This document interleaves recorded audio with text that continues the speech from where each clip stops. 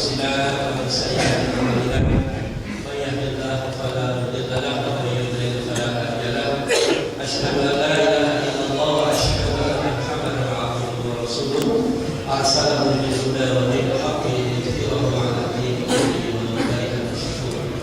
الصلاة والسلام على من لا نبي بعده وعلى آله وأصحابه ومن والاه. قد قال الله تعالى في كتابه الكريم: أعوذ بالله من الشيطان الرجيم. بسم الله الرحمن الرحيم. يا أيها الذين آمنوا اتقوا الله حق تقاته ولا تموتن إلا وأنتم مسلمون. وقال رسول الله صلى الله عليه وسلم: من سلك طريقا يلتمس فيه علما سهل الله له به طريقا إلى الجنة. صدق الله العظيم وصدق رسوله الكريم ونحن على ذلك من الشاهدين والشاكرين والحمد لله رب العالمين. معاشر المسلمين جماعة المستعين رحمه الله. Alhamdulillah, puji syukur kita haturkan kehadirat Allah SWT. Allah SWT masih bergerak memberikan kita berbagai nikmatnya. Semoga dengan nikmat yang Allah berikan kepada kita, kita mampu selalu bersyukur nikmat tersebut dengan cara kita berusaha untuk mentaati Allah SWT selama kita memberikan nikmat. Mohon maaf sebelumnya, barusan terjadi sedikit perbincangan di luar. Sebagian mengusulkan daripada duduk ngobrol di luar sambil menunggu mayat, dilanjutkan saja majelis taklimnya. Prinsipnya saya terserah jamaah, tapi tadi dikehendaki seperti itu ya, kita lanjutkan. Sebentar lagi insyaallah ada mayat.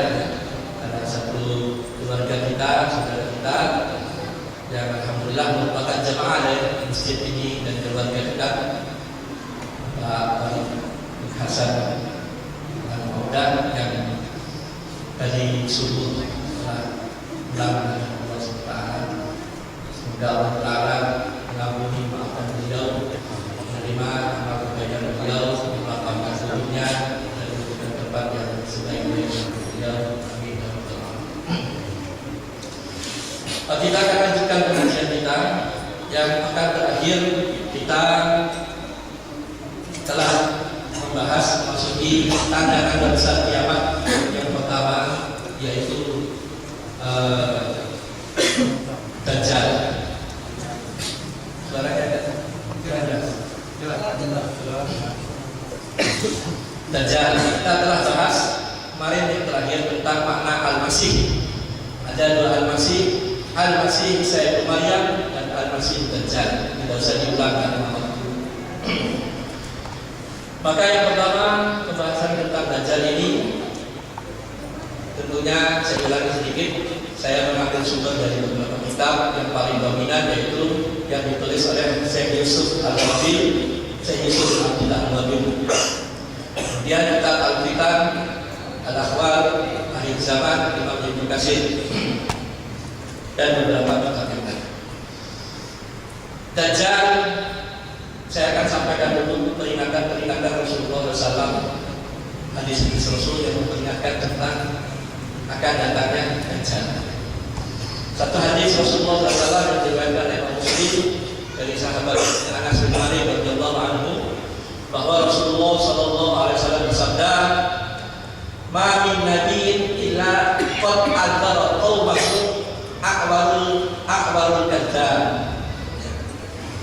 Tidak ada satu nabi pun yang tidak memperingatkan umatnya tentang akan munculnya si pendusta, si buta yang pendusta.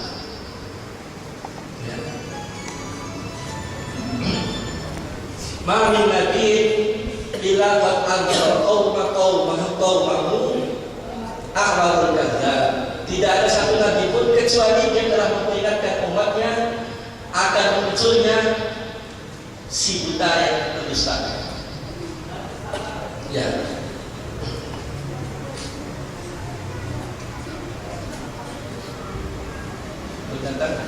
Masih belum. Ya. Ini hadis yang pertama. Hadis yang kedua, ma baina khalqi Adam wa qiyam sa'ah. Ya. Di antara sejak diciptakan Adam sampai datangnya hari kiamat, ya, dari sejak diciptakan Nabi Adam zaman pertama sampai nanti datang hari kiamat, khalqun akbaru minad dajjal.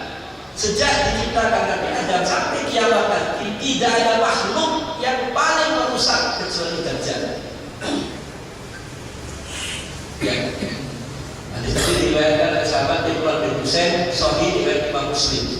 Jadi dua-dua banyak hadisnya, cuma dari banyaknya hadis itu intinya hampir sama.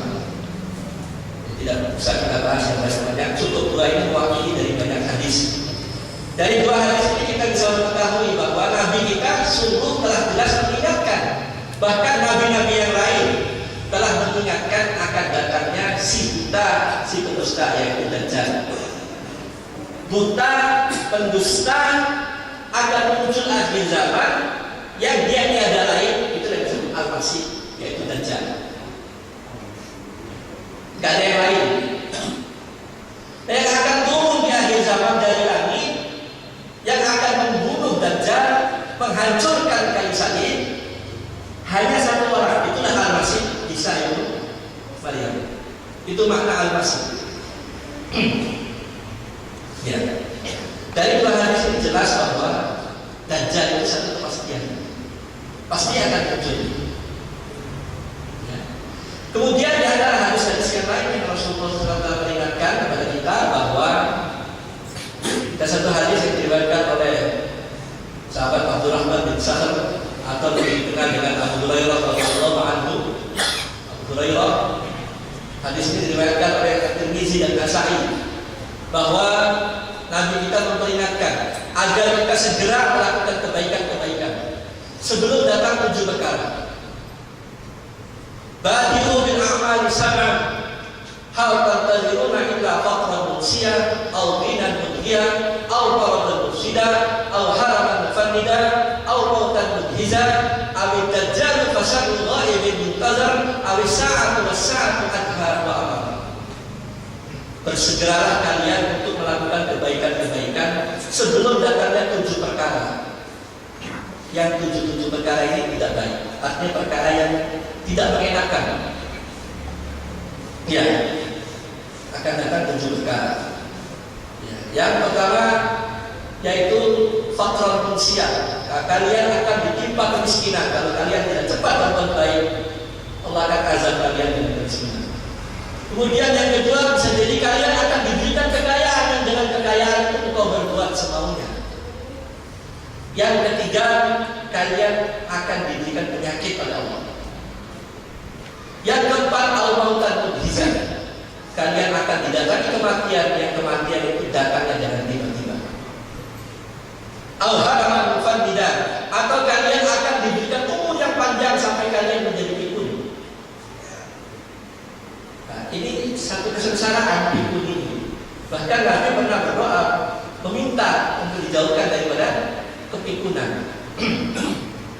Ya. Yang keenam, al-dajjal fasyarul ghaibin muntazar. Akan munculnya Dajjal, yang Dajjal itu seburuk-buruk perkara gaib yang ditunggu. Yang terakhir, awisa'at besa'at adha wa amam. Ya. Atau kalian akan menemui asa ini yaitu hari kiamat. Hari kiamat yang merupakan sepahit-pahitnya permasalahan yang dihadapi manusia. Nah, ini hadis jelas memperingatkan tentang 7 perkara. Salah satunya akan munculnya Dajjal. Ini hadis ini sering kita sampaikan. Kemudian di hadis yang lain Nabi juga memperingatkan. Ya, hadis ini juga diriwayatkan oleh Abu Hurairah, sahih riwayat Imam Muslim, memperingatkan, idza tasyahhada ahadukum falyasta'id billahi min arba'. Kalau kalian membaca doa tasyahhud, ya, di dalam sholat, mohonlah perlindungan Allah dari 4 perkara. Ini tentunya para ulama sepakat tasyahhud ini tasyahhud yang akhir. Kalau dalam sholat yang rakaat lebih dari 2 rakaat. Ya, tasawuf akhir. Nah, idza tasahhada ahadukum falyasta'id billahi min arba'. Kalau engkau bertasawuf, baca tasawuf, berlindunglah kepada Allah dari 4 keburukan. Yang pertama kita minta Allahumma inni a'udzubika min adzabi jahannam wa min adzabil qabr wa min fitnatil mahya wal mamat wa min fitnatil masih dajjal. Nabi menyuruh kita berlindung dari 4 perkara. Berarti 4 perkara itu pasti ada. Maknanya apa? Neraka jahanam itu ada. Kalau tidak ada, tidak mungkin Nabi menyuruh kita berlindung. Neraka jahanam itu ada. Azab kubur juga ada. Fitnah ujian hidup dan mati itu ada. Dan dajjal itu ada. Maka kita disuruh berlindung dari fitnah dan dajjal. Sayangnya hadirin sekalian, perkara-perkara fitnah akhir zaman ini hampir tidak pernah dibicarakan orang. Padahal kita hidup di akhir zaman. Fitnah ini sudah mengepung kita. Kita tidak tahu. Umat ini tidak tahu. Sudah dikepung oleh fitnah. Kenapa perkara ini tidak dibicarakan? Inilah yang mendorong kami akhirnya untuk membahas permasalahan itu, supaya paling tidak dengan kita tahu kita akan selamat dari fitnahnya dajjal. Gak cukup hanya berdoa. Kita berdoa minta berlindung dari fitnahnya dajjal. Sementara kita tidak tahu apa itu fitnah dajjal. Bagaimana itu?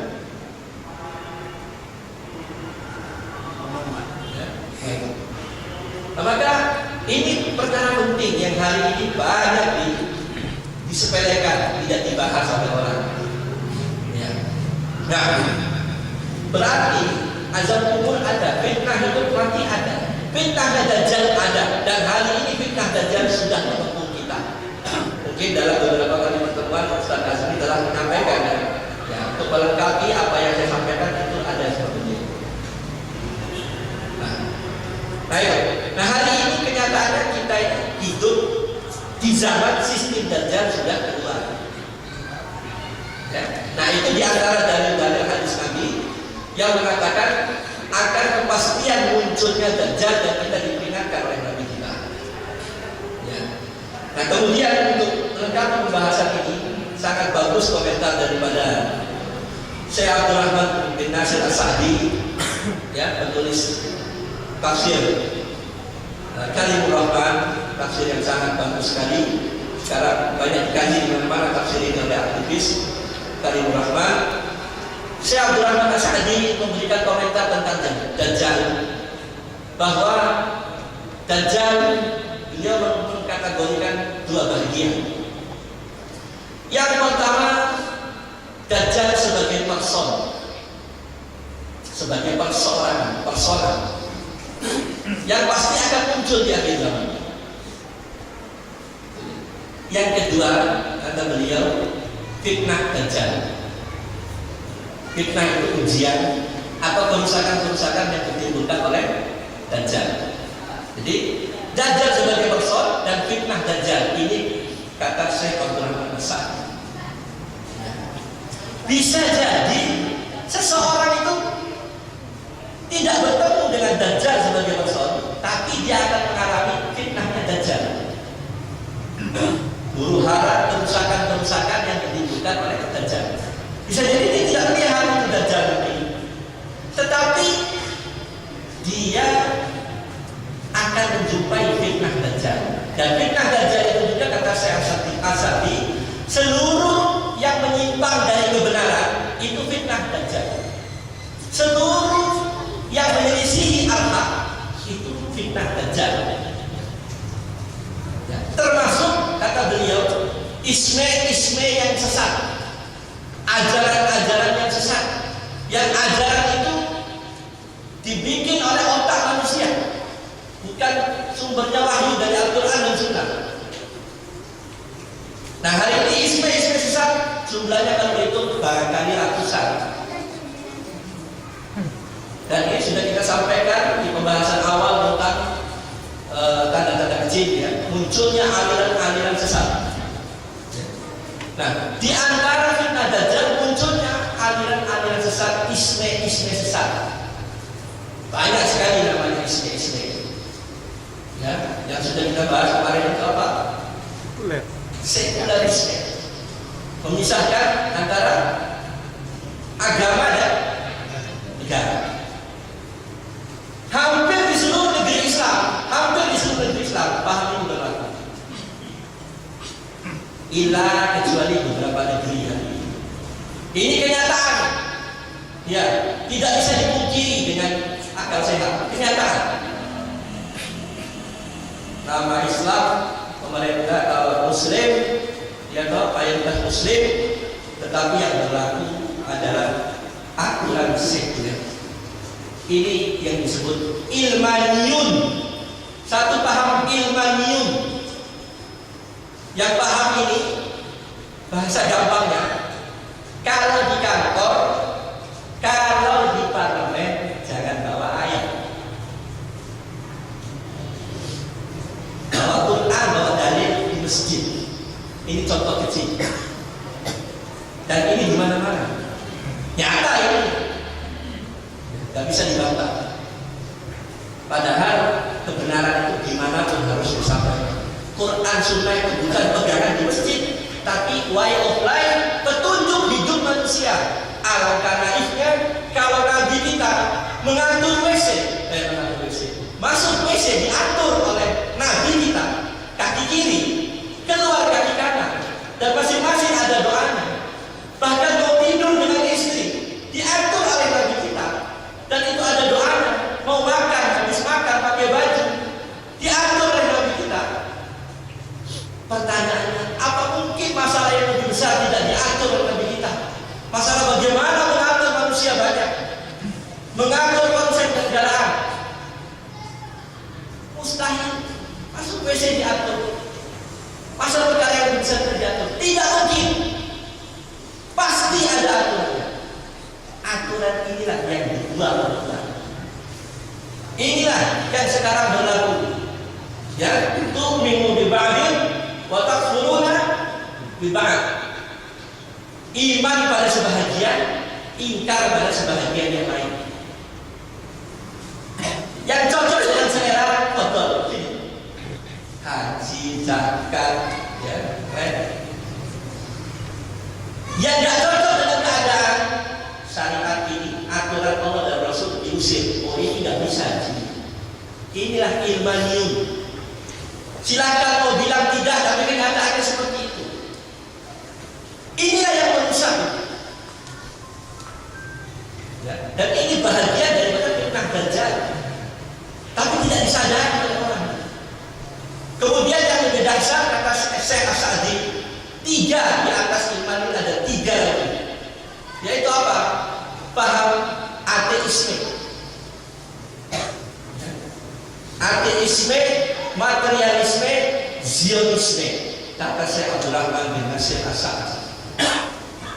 Ini lebih berbahaya.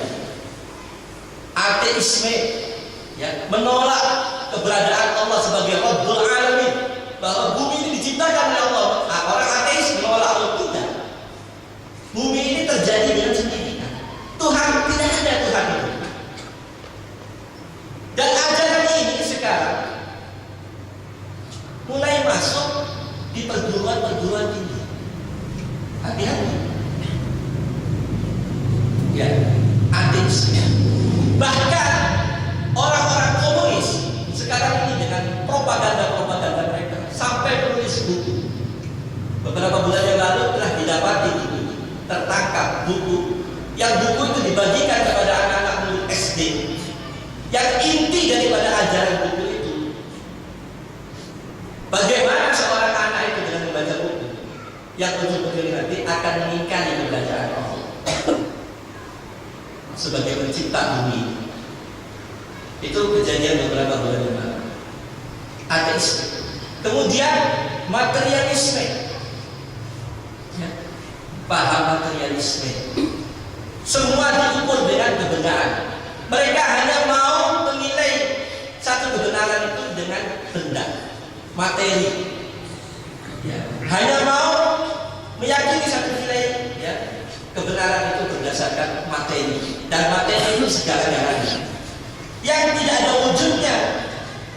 wujudnya, itu mereka ingkari. Ini paham materialisme. Paham materialisme ini akan mengingkari akan adanya hal-hal gaib. Ya, diingkari, bisa kubur diingkari, surga dan neraka diingkari. Ya.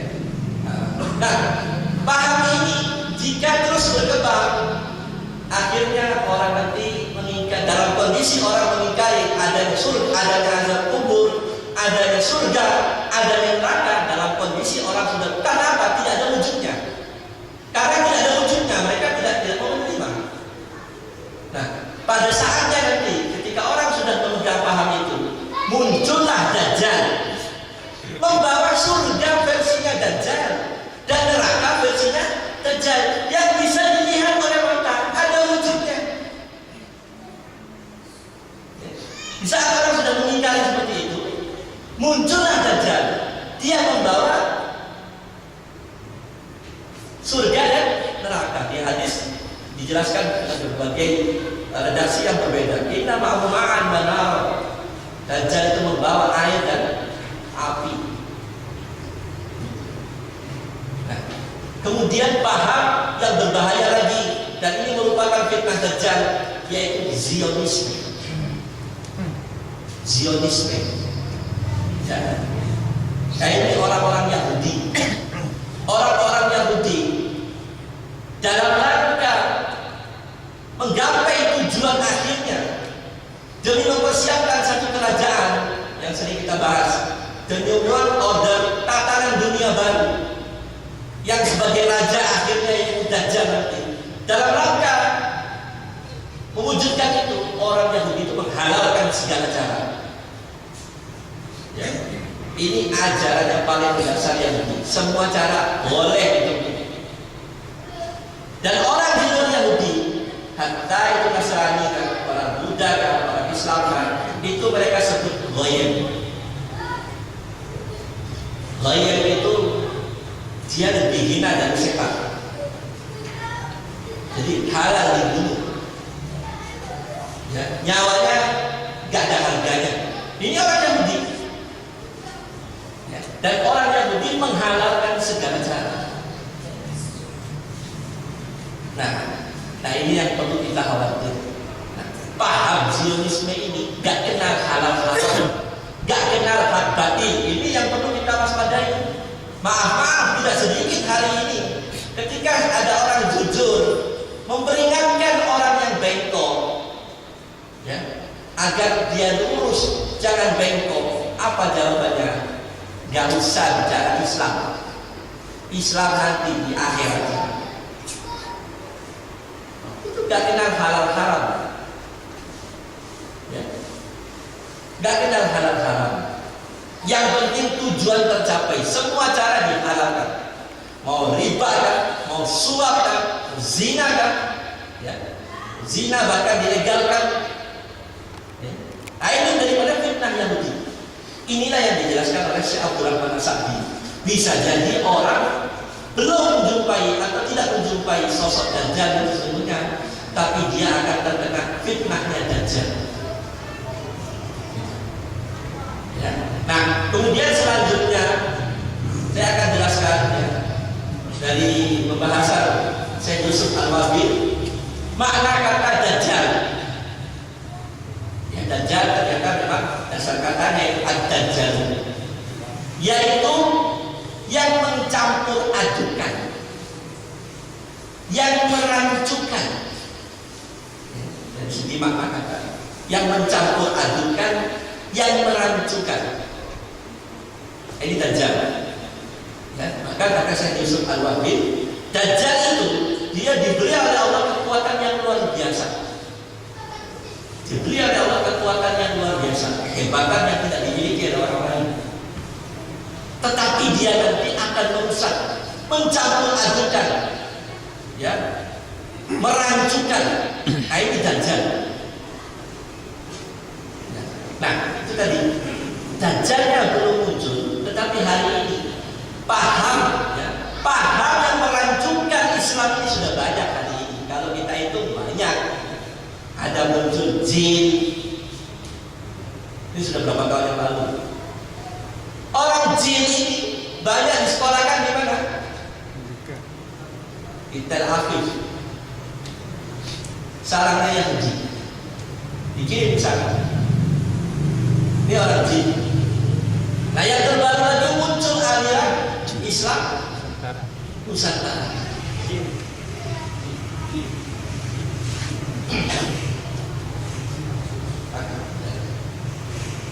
Lain. Ya. Nah, ini fitnah Dajjal. Ini kasus fitnah Dajjal. Ya toh, aliran-aliran sesat itu muncul. Yang terakhir ini Islam Nusantara. Bayangkan, kata mereka Quran tidak perlu lagi pakai langgam Arab.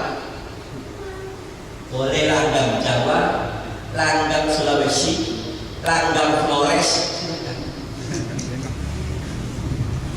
Malhun, orang dilaknat memang Dajjal.